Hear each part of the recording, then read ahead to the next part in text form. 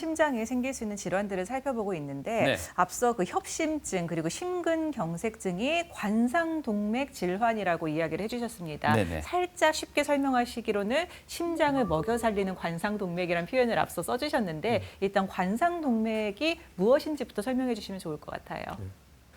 여기 보시면은 이 그림은 그냥 그려놓은 그림은 아니고요. 이 관자가 임금님 머리에 쓰는 그 관, 이것을 의미합니다. 그리고 상은 앞서 말씀드린 것처럼 관처럼 생겼다, 이런 의미죠. 그래서 임금님 머리에 쓰는 관처럼 생긴 동맥이다라고 하는데, 그럼 실제로 이렇게 생겼느냐? 그런 것을 의미하는 건 아니고요.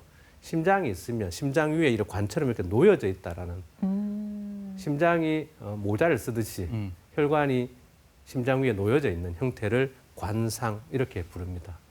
이 동맥이 하는 일은 심장 자체가 다른 기관이나 조직에 산소와 영양분을 공급을 하는데, 네. 심장도 산소와 영양분이 필요하죠.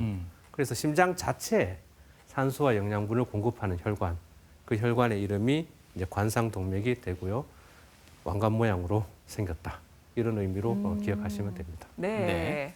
보시면은 좌측 관상동맥, 우측 관상동맥, 크게 두 가지로 나누고, 이 좌측 관상동맥은 좌회선지, 좌전 하행지로 나눠져서 말씀드린 대로 심장 위에 임금님이 왕관을 쓰듯이 이렇게 놓여져 있습니다.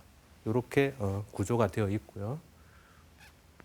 이 혈관 안에 말씀드린 죽상동맥경화증이 생기게 되면 이 고지혈증이 동맥경화 그리고 협심증으로 발전을 하게 되죠. 이 콜레스테롤 찌꺼기가 점점점 쌓여가는 모습을 확인을 할 수 있고요.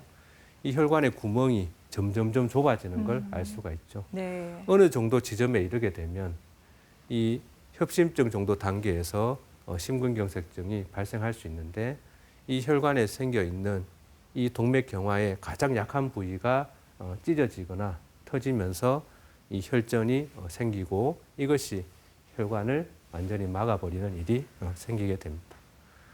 그래서 그림으로 한 번 더 설명을 하자면, 처음에 이렇게 동맥경화가 있었고요. 네. 저기가 혈전에 의해서 완전히 막히면 이 혈관이 먹여 살려야 될 심장 근육에 손상이 가해지게 됩니다. 그러면 두 가지 형태로 나타나는데, 혈관이 완전히 막히지는 않고, 여기 보면 혈전은 있지만 약간의 공간이 열려져 있죠. 예. 이런 형태가 있을 수 있고요. 그게 아니라 완전히 막혀버려요. 아. 이런 형태예요. 상식적으로 볼 때 이분보다는 이분이 훨씬 급하겠죠. 그렇죠. 네. 이걸 빨리 이제 제거를 해서 이제 길을 열어야 되는 거죠. 이것이 이제 심근경색증의 가장 중요한 내용이 되겠습니다. 심근경색증 왜 이 자리에서 이렇게까지 얘기를 해야 되느냐? 이것이 이제 이 돌연사의 가장 큰 원인이 됩니다. 돌연사 이런 말이 어렵죠. 쉽게 말하면 이제까지 건강하던 사람이 멀쩡했는데 갑자기 좀 가슴이 조금 답답한데 라고 얘기를 하더니 1시간 만에 돌아가시는 거예요. 네.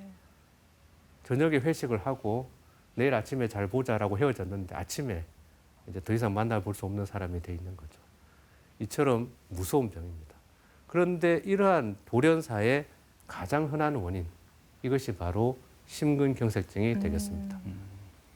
무서운 사실, 절반 정도가 평소에는 건강했던 사람이라는 거죠. 네. 대개 생각할 때는 아니 그 젊은 사람이 건강하던 사람이 왜 갑자기 이렇게 설명을 보통은 얘기하고, 또 이해하기에는 이런 병이 평소에 심장병 있는 사람들에게나 오는 거 아니었어? 이렇게 이제 이해하겠지만, 무서운 사실은 절반 정도가 평소에 운동도 열심히 잘하고 등산도 하고 전혀 건강에 문제가 없다고 자신하던 분들, 이런 분들에게 이런 돌연사가 일어난다, 이런 거죠.